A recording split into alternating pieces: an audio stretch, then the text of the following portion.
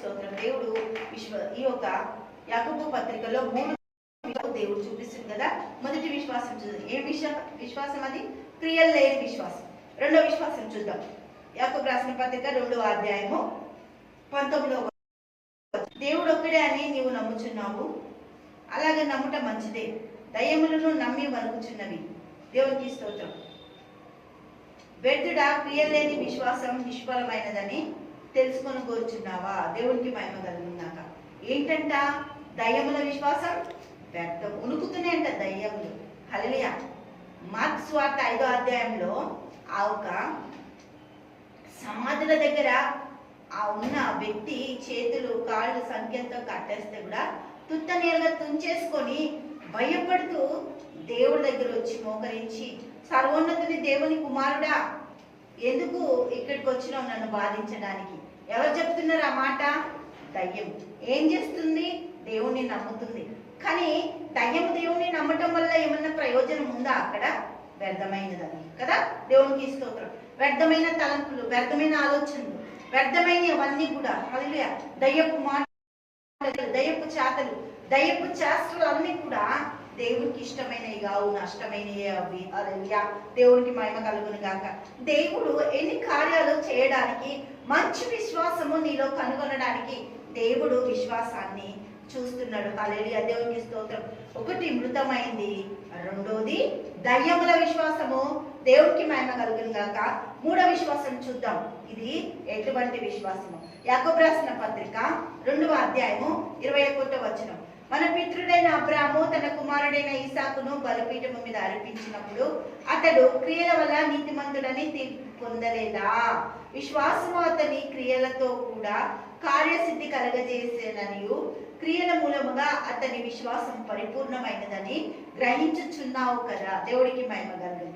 అబ్రాము దేవుని నమ్మెను, అది అతనికి నీతిగా ఎంచబడ్డదంట. ఇది దైవికమైన విశ్వాసం. అలాగే మొదటిది ఏంటి? వృత్తమైన విశ్వాసం, క్రియలు లేని విశ్వాసం.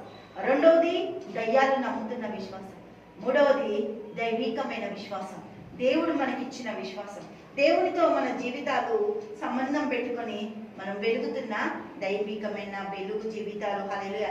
పాత నిబంధన గ్రంథంలోని సామెతలు మనిషిని వెలిగిస్తాయి. పాత నిబంధన సామెతలన్నీ మనిషిని పర్ఫెక్ట్ గా ఏ విధంగా నడవాలో చెప్తాయి. కానీ కొత్త నిబంధన సామెతలు ఈ యొక్క యాకోబు పత్రిక ఆత్మని వెలిగిస్తుంది, మనిషిలోని ఆత్మని ప్రజ్వలింపజేస్తుంది.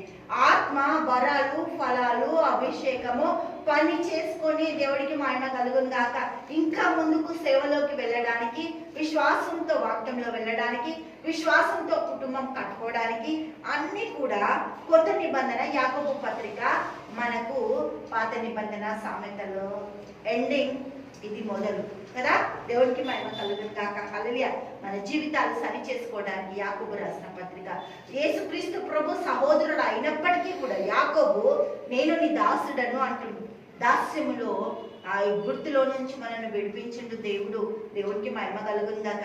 కానీ ఎప్పుడైతే మనం దేవుడి దగ్గర సరెండర్ అవుతామో, 24 పెద్దలు ఆ కిరీటాలు తీసి దేవుడి ముందలేసిండ్రో వారి యొక్క జీవితానికి వారికి కావాల్సింది పరలోక రాజ్యంలో సింహాసనం సిద్ధపరిచి దేవాది దేవుడు 24 పెద్దలని మనకు సాదృశ్యంగా చూపిస్తూ 24వ సంవత్సరంలో మనం ఇంకా మేలు పొందుకోవడానికి అన్ని పత్రికలు కూడా మనం ఇంకా చక్కగా ఆదరణతో మనం చదవడానికి దేవుడు మనకు అనుగ్రహిస్తున్న గొప్ప కృప. దేవుడికి మహిమ కలుగును గాక.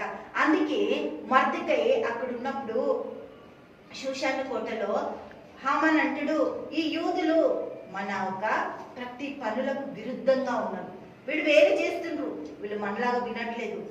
ఈ యొక్క యూదుల పనులన్నీ కూడా వేరేలాగా ఉన్నాయి. లోకం వేరు, దేవుడి బిడ్డల పనులు వేరు. దేవుడికి స్తోత్రం. దేవుని బిడ్డలు ప్రత్యేకంగా జీవించినప్పుడు దైవికమైన ఆత్మ, దైవికమైన క్రియలు, దైవికమైన విశ్వాసం పనిచేసి వారి యొక్క జీవితాలకు కావాల్సిన ప్రతిదీ కూడా దేవుడు అనుగ్రహిస్తాడు. దేవుడికి మహిమ కలుగును గాక.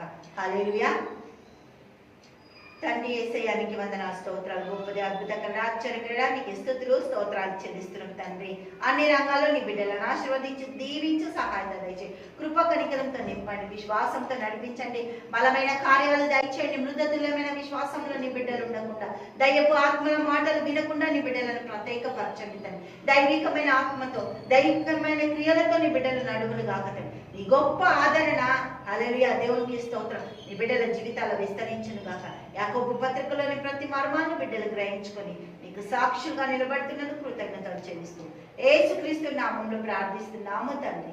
ఆమేన్, ఆమేన్, ఆమేన్.